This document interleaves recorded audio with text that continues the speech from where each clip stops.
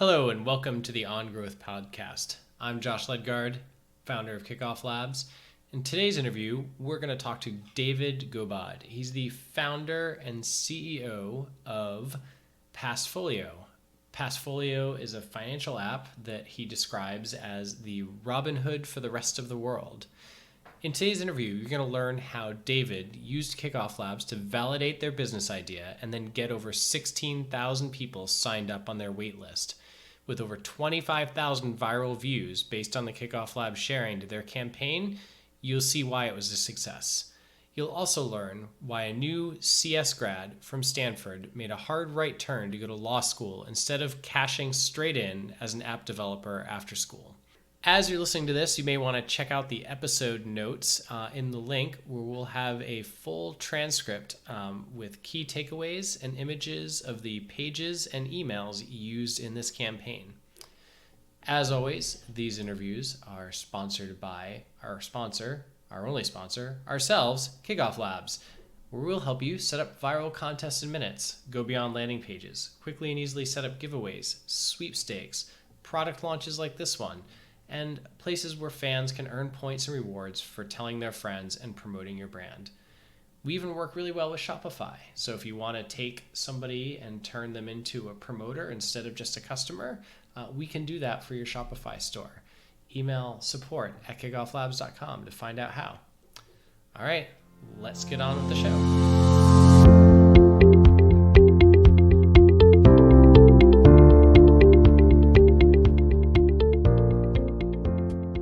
Hi, everyone. I am live with David Gobod. He's the founder and CEO of Passfolio. And so, David, how are you doing today? I'm great, Josh. It's good to talk to you. Yeah, it's great to talk to you as well. Why don't you tell people briefly about Passfolio and kind of the successes that you've had with the company to date and where you guys are at?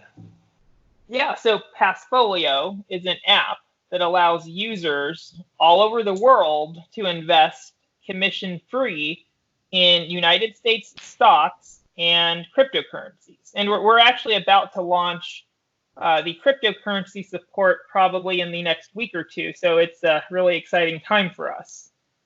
In terms of where we are, we launched in a private beta last year, and we're, looking to grow big this year. And so anybody right now, as of now, anybody who wants the app can download it and start using it?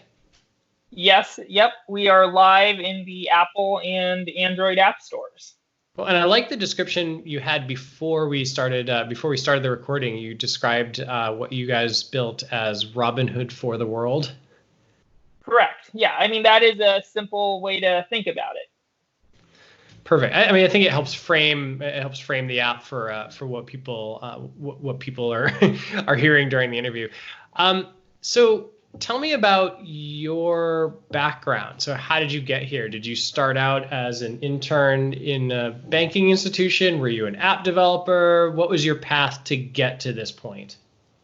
Well, I'd say, I've been working on startups for a long time. I studied computer science at Stanford. I graduated from there in 2010 and then actually went to law school, which I graduated from in 2015 from Harvard. So it was not sort of a banking or finance history. It was more a startup entrepreneurship that led me here. And it was actually originally back in, 2017 now, got into the space through a cryptocurrency project. So that's sort of what introduced me to the space. And then, as I traveled the world, I saw that people wanted access to better investments. And that's how I came up with the idea for Passfolio. Cool. So I want to back up a second because it was kind of interesting. So you graduated with a CS degree from Stanford. Now, at that point, I think a lot of people might say, I've now struck it rich. I can work for any of these big companies here in the Valley. I can command a king's ransom in terms of a salary most places. And you said, no, I'm going to go to law school. So how did that right turn happen? Yeah, well, so one is I did not want to just go work at, some big company. I had done an internship at one of them, and it was it was a great experience. Lots of perks and benefits and stuff, but it seemed very I don't know, not exciting. And what actually happened my last year at Stanford, I was the Stanford student body president and got very interested in government, actually. So after Stanford, I went to Washington, D.C., and actually interned at the White House in the Council of Economic Advisors, and did more government stuff, and that solidified my interest in law school. And long term, I actually plan to go possibly back into government in some form. And the idea with the law school was, if you look at where technology is going, it's going to be very important to think about regulations. How do you regulate technology to protect people while not stifling innovation? And I think that's become more important. It's more important every day. You look at what's going on with there is this company that I think has mined all of Facebook's images and has like a huge facial recognition database. You have all the the big issue with Uber, what's a contract worker, what's a full-time employee.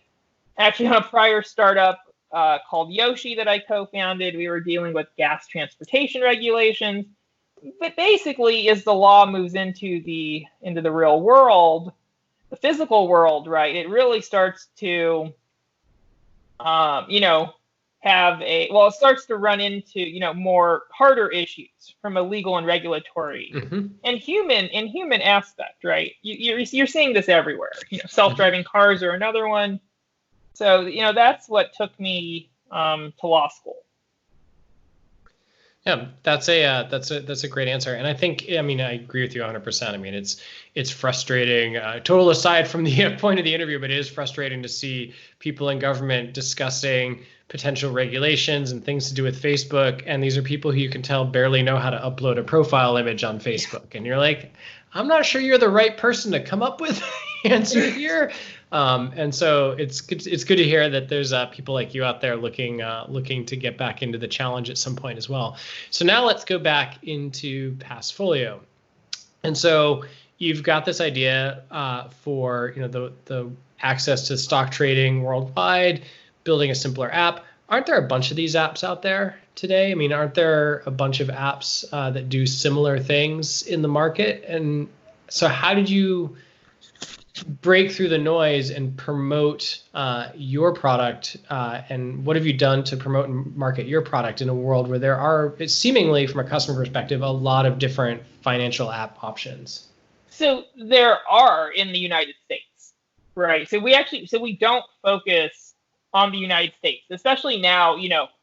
The market has been driven to basically zero fees in the U.S. You've got everyone doing it now: E-Trade, Ameritrade, SoFi, Square, Charles Schwab. Everyone's zero, and there are a million options in the U.S. for people to invest in the U.S. stock market. But that is not true abroad for everyday people. It's always been true for really rich people. Right, but it's not for people who want to invest, say, $1 in Apple. And so we're also provide fully fractional shares. I don't even think Robinhood does that yet. So you can invest $1 in any stock, and the key is it's still this also gets to why I still I'm a big believer in cryptocurrency. Is it is still hard and expensive for people to move to move money around internationally. So if you want to invest in the U.S. stock market, you probably got to get your, whatever foreign currency you have into the U.S. market. And if you do a Swift international wire, that, you're looking at maybe $50 in fees, not counting the conversion rate. So we make it fast, easy, and cheap for people all over the world to invest in the U.S. stocks. So, for example, we have some, foreign exchange providers where people send in currency in the local currency. So, for example, in Brazil, they can send over real using the TED banking system, and same day, sometimes within minutes, get USD credit into their brokerage account and trade stocks the same day. And it also going back to the cryptocurrency stuff, and once again, how there are so many options in the U.S. We also, take the U.S. dollar for granted, right? But look at, currencies do crash. This is one reason why, people in Venezuela love, they want to use Bitcoin or they like Bitcoin because it may be volatile, but it's nothing like their local currency. In the U.S., we also, we don't go to bed at night worried about our banks collapsing, right? They're insured and federally bailed out. Mm-hmm. So you can also use Passfolio as just basically a store of U.S. dollars. So I hear the differentiator now, and I get the market. You've got international customers who are looking to do these sort of modern things that U.S. customers might have been able to do for a couple of years now. How do you promote to these customers? Like, what sort of things were you doing to market while you were setting up your private beta?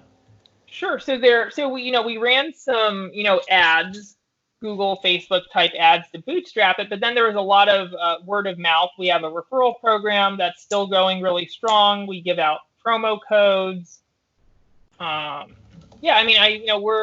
What we see is that users, love the app and actually find it valuable because it actually provides a real, valuable service to them. It gives them access to the best investments in the world broadly, the U.S. dollar and the U.S. stock market, and they tell their friends. Yep. So you've got an app that's got the potential for word of mouth, and you set up a referral program. Can you talk about how you used KickoffLabs to help with this? Yeah, so the great thing with KickoffLabs is that it let us set up the referral program before the app was ready. So we actually even used, I think, KickoffLabs to run A/B tests on different product ideas before we had decided to develop this product because we wanted to see, which ads performed best, which one resulted in the most conversions of people giving us, their email. So you were running A/B tests and sort of marketing messages on the landing pages and KickoffLabs that you were running and saying like which one was getting more signups, which one was getting more people to spread word of mouth. Mm-hmm. Yes. Yeah. And so can you describe like an example of something you learned through that kind of testing? Yeah, it's how we picked the idea of Passfolio. I had several other ideas that we were testing, including, using cryptocurrency for remittances, banking the unbanked, and I think we were looking at Nigeria. What else? We had a Stripe for crypto idea, and basically this is the product idea that performed the best, and it also, KickoffLabs didn't really help with this part, but we ran the ad in many different countries, and we saw the country where there seemed to be the highest interest, mm-hmm. which was super helpful too. Great. So you set up landing pages. You had a few different variations of, kind of sounded like they were all in finance, but sort of a finance-related applications. And you set up a series of landing pages and started advertising and promoting each of these landing pages to see which ones would perform the best. Exactly. Yep. And that is how we decided that's how we decided to build Passfolio. I've done several startups. Yep. I sort of learn something every time.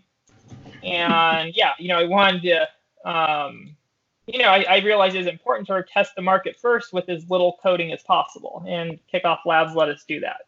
Yeah. And how many, if you don't mind, how many leads did you get using KickoffLabs once you narrowed in on the Passfolio idea? So I'm looking right now. It looks like we had over 16,000 people sign up in KickoffLabs for the waitlist. And then how did you go about, were you giving people anything? Were you giving people anything to sign up? Were you giving people anything to share? Were they getting earlier access if they shared? What were you using to motivate people to sign up and eventually share? So all of those. So we started off in private beta, and the way it worked was we, let the users who are basically the top users who referred the most people got in first. So there was a wait list. You would move up the wait list if you referred more people, and you would get early access if you did that. So for a while, we would start by inviting like 10 people. Then we did like 100 people a week for a while, and then we did 1,000 people. And, based on when you got actually invited to the app, you would get a different reward. So I think the first people that signed up got like $25 of some stock. Then, it lowered to maybe 20 and then 10. Mm. So it encouraged people to share their referral link. Well, so how did you decide to do, it sounds like you're giving people kind of some actual dollar value and credit so that once if they promoted their friends, they could have gotten, 20 or, $10 or some amount of money to invest while using the app. How did you decide that was the best idea or that was a good idea to do, to kind of just, you're basically saying like, here's some cash to use our app and we think you'll like it and you'll get hooked on it? It seems to be just a common growth model. I think several services have done that successfully. And I mean, we saw the same thing. I think PayPal's one of the first ones that, I don't know if they're one of the first ones, that they were one of the early ones that did it very successfully. Yeah, I talked to a different company recently in the finance space, and they said, getting a finance customer can cost online with ads upwards of $1,000 to $2,000 per customer, and so any amount of that he could just give directly to his customers to refer somebody else was worth it to him, because his answer is he'd rather be paying his customers than paying Google or Facebook directly that way. No, exactly. So we still have we're actually relaunching our referral program, but there will be the chance to, I think, get up to $100 for both the person doing the referral and the person that gets referred. So in the finance space, the customer acquisition cost is definitely higher because it's not the easiest. It's not just like you enter your email and password and you can start using the app. There's a lot of regulations and laws that require us to get a lot of what's known as know your customer information, your name, your address, a photo of your ID. So it takes a bigger commitment to get users to submit all the info. Mm-hmm. So I think I saw Brex for like the credit card was paying like $500. So it can definitely it'd be better. I'd rather give the money to users and give it to Facebook or Google. Yeah, and then presumably with the model in this space, one of the reasons it's a good idea is like I said, once people have that money to play around with and start doing the investing, it becomes a real simple shift for them to then say like, oh, I see how this works. Now I'll use my own money and put some of my own money into the system, which then I assume benefits you guys because then you're managing that money and the trading and everything that goes on. Yep. Yeah. The lifetime value of the users is, I'd say, definitely higher than non-financial apps in general. So what's been the most challenging part to getting to this the public app launch where you're at now, and now working on a second referral program with the public launch? What's been the most challenging thing to date for you? Well, it's all, it's not a trivial app to develop. It's actually a lot more complicated than you may think. So just, the engineering side, there's been a lot of, app work, server work. Also we're in a highly regulated industry. So, we've even had to have some people that take various exams to get certain licenses. It even took a long time to get the license. There's just a lot to do running a broker dealer. It's not like launching an app like Twitter where you're launching this app and people can just do what they want with it. You don't really need much of a background to launch the app. So you had to get people that worked for you writing code specially licensed and certified to be able to write or access certain bits of financial data? Yes, on the customer info part, not on the writing code. The regulatory stuff applies to like the customer support reps that are helping users with stock trades, for example. Got it. Or, or just running a broker dealer. It's regulated by a FINRA, and there's, exams people have to take to get show they're qualified. Got it. Understood. And so kind of dealing with kind of that red tape has been the most challenging part, you would say? That's the most expensive part. The engineering is still the engineering, and then partnerships related to, I mean, there's still a lot of, old technology in the space sometimes you have to integrate with. That moves slow. It doesn't move at internet speed, some of this stuff. So it's like a 6-month process to more or less get the US broker dealer license. So that took time. Developing the app took time. Partnerships take time. I love the space, but it's definitely a lot of work. What advice do you have for somebody who might be setting up or looking to launch an app in the next year, and thinking about how they should go about marketing and finding customers? What advice do you have for people that have kind of similar goals in terms of app distribution? Well, I'm a big fan of the try to test the product market fit before writing a line of code. Mm-hmm. So I really like the idea of doing different landing page A/B tests or different product tests. If there's not some idea that for whatever you have conviction in it, or you're looking at 5 ideas, mm-hmm. I would say a data-based approach to trying to find the one that makes the most sense or has the most demand for it's probably a smart thing to do.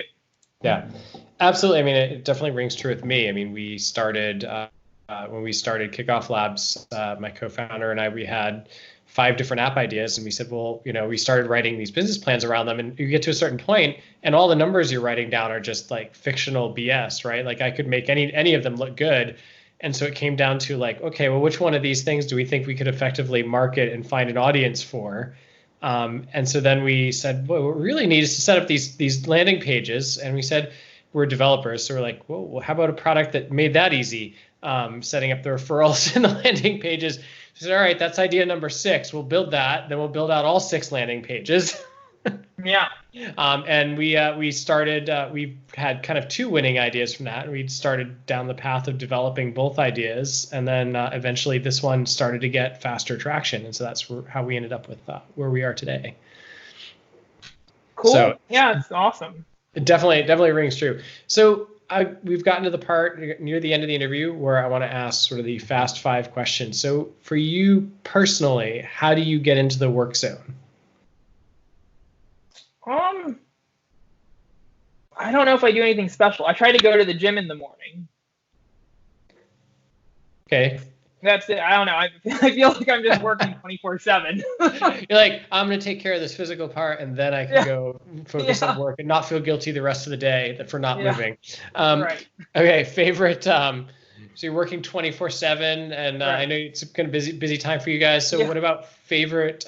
If you reached a milestone, you're going to go celebrate on vacation. Favorite vacation destination? Oh man. Maybe Vegas. Vegas. Okay. Yeah, I don't love to travel, but Vegas is close. Vegas is close enough. Got it. All right. Favorite book or podcast? Book or podcast? Well, I don't have actually, no, I do have a favorite podcast. It was the one, what's the most famous one? It was like a real life, the murder mystery. Unfortunately, it was about the murder, the unsolved murder. Was it Serial? Was that it? Yeah, Serial. That one. Yep. And then something you learned in the last year. Let me think. I've learned about more today, called the travel rule. It's a banking regulatory thing. Okay, can you describe it briefly, or is it something that's complicated? No, it's not that complicated. It has to do, well, I don't know the details. It has to do with, so we support a lot of international users. Mm-hmm. We support, for fast, easy, and cheap money movement from foreign countries back to the U.S., and several financial institutions are involved, including, at least 2 of ours. And there is I don't know the details yet, but there's some legal requirement that it seems the financial institutions share information about the customers as they move the money between the different financial institutions. Mm-hmm. Interesting. So how, final question, someone you look up to, business or personal?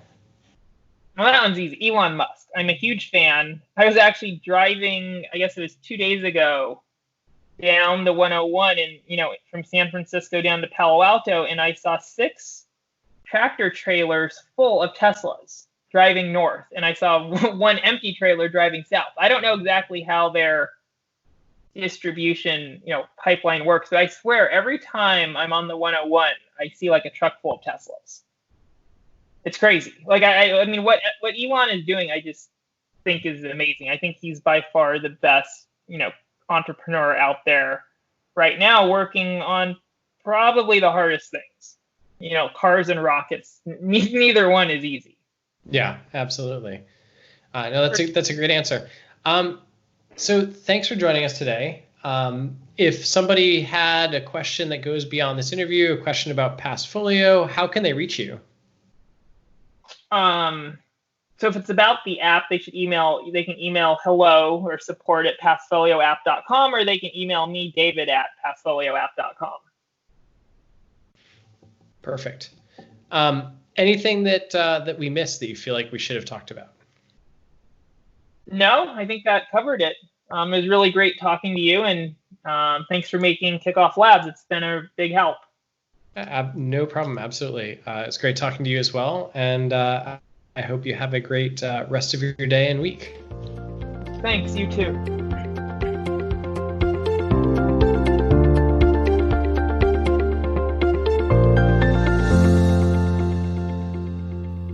Thanks for listening to today's interview. If you enjoy the On Growth podcast, please write us a review on Apple Podcasts, and don't forget to hit that subscribe button. If you'd like to run your own viral campaign or set up a waitlist for your upcoming business like they did, check out KickoffLabs.com. We can provide the landing pages, referral tracking, leaderboards, and reward level emails required to make your next product launch a complete success.